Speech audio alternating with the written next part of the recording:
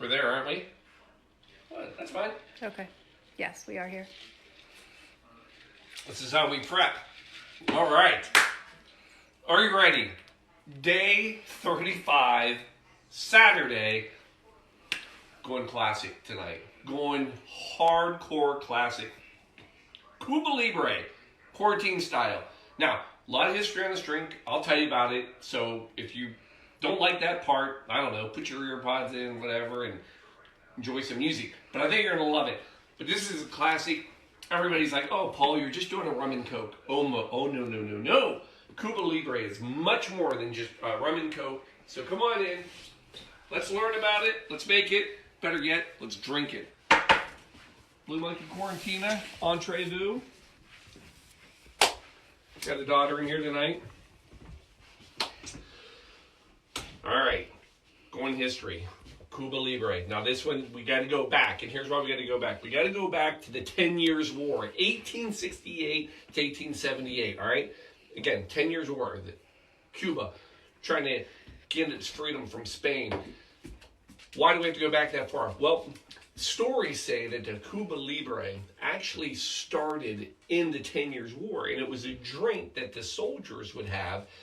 But at the time, it was honey, it was lime, water, and that was it. Except, they like to add rum to it. So people out there in history, say that the original Cuba Libre started then. But that's not the Cuba Libre that we know and enjoy. So, you got to go a little bit forward. You got to get to 1895. We got to talk about this. 1895 to 1898. So, that was the Cuba War of Independence. Now, we're not even going to get into that war, but in 1898, a lot of things happened, all right? 1898, February, the USS Maine, one of our ships, explodes. Goes down. 260 crewmen out of like 400 are dead. Now, all of a sudden, America's already been very sympathetic, trying to help, Cuba out. But at this point, it's like, all right, we got to do something. So, right after that, in April, the U.S. declares war. This becomes the Spanish-American War. You probably remember reading about it in your books. You just didn't know it had a tie to alcohol. If you would have known that, you probably would have paid more attention in high school. But this is where it starts. Now, that's a quick war, right? So that's April. Like by December, the war ends, all right? Treaty of Paris, it's signed. We're moving on. Matter of fact, if you want another date, it was December 10th.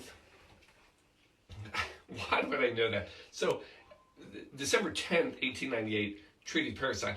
I only know that because December 5th, I know my holidays and crazy things. December 10th, camerawoman's birthday. That's her birthday. So anyway, whatever. Who cares, Paul? So, fast forward. Now, so how does this all tie to the Cuba Libre? Well, here's why it's very interesting. Remember, I told you about 1898, U.S., we're all involved now. We've got people there. We're helping out.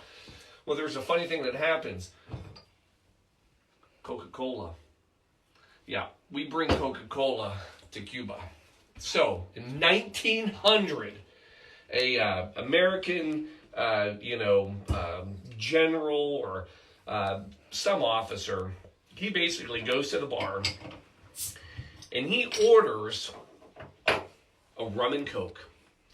And when he orders that rum and coke, he turns to everybody in the bar and basically says this: pour Cuba Libre.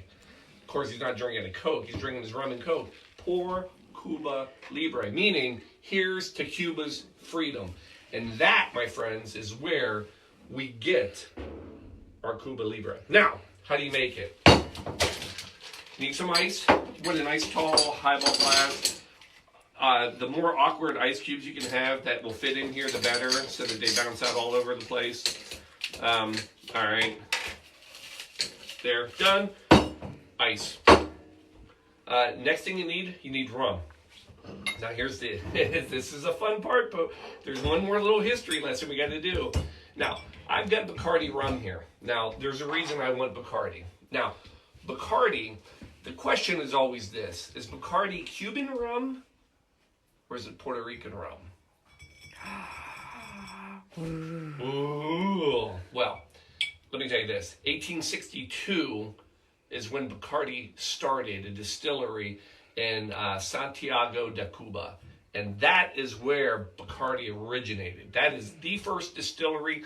That's where the Bacardi family started. But here's the problem. In 1960, revolutionary government came in, seized all the assets, shut it all down. Bacardi was forced to leave. They've never been to Cuba since. So what did they do? Well, they had other distilleries. One of their largest ones was running in Puerto Rico. And Puerto Rico now makes claim to Bacardi. And to this day, literally, there are still legal battles. Because if you go to get Cuba rum, you're going to get Havana Club rum. And Havana Club rum said that they own all of the original recipes and everything, but Bacardi says that they're theirs. I'm still a Bacardi fan. Been to the distillery. Matter of fact, got to make my own bottle. This isn't it. I drank it long ago. But you're going to go 2 ounces. Now, here's the other thing. 2 ounces of a good rum. This is an 8-year Bacardi. It's very nice. Go with the dark. You can go light, you can go silver, but I'm telling you, a nice dark rum is really what you want to have. Oh, that was Shelby's. Sorry, Shelby. There you go. Now, here's the important part. This is what sets apart any sort of rum and coke from a Cuba Libre. You got to put fresh lime in it. Specifically, 1 lime per drink. So, there's 1. Let me give her the other half.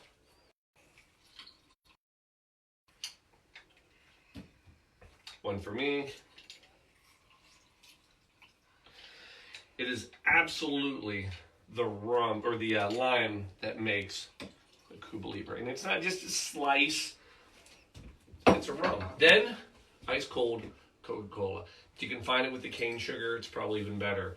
Now, the original Coke, had traces of cocaine in it. And a lot of people, historians will tell you, you will never have a true Cuba Libre anymore. But, hey, whatever you can do in your own time. I'm not judging. Top it off.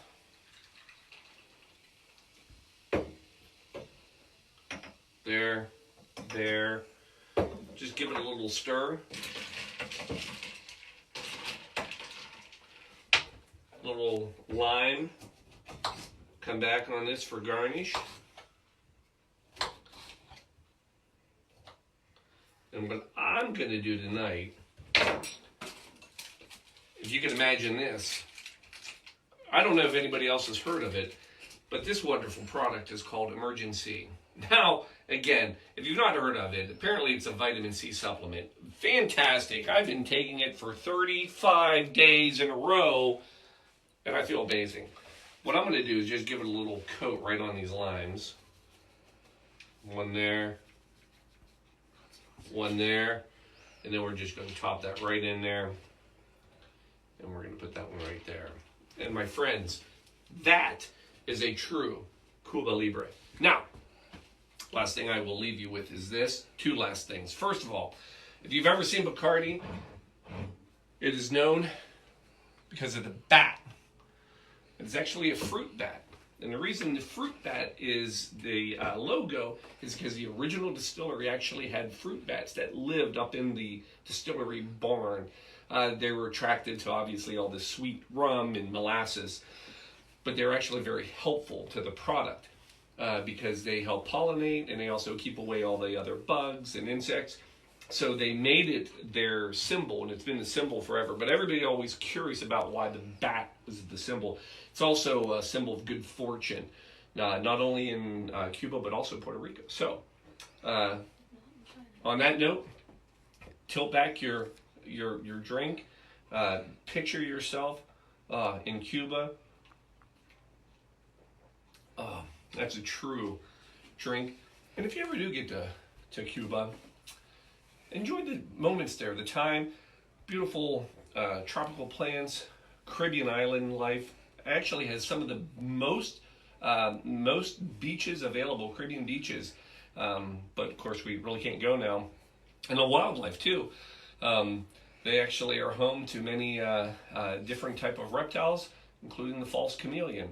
Just side note, if you're curious. So, on that, enjoy your Saturday night. Thank you for being here for day 35. I hope you had fun. We love you all. We can't wait to see you all.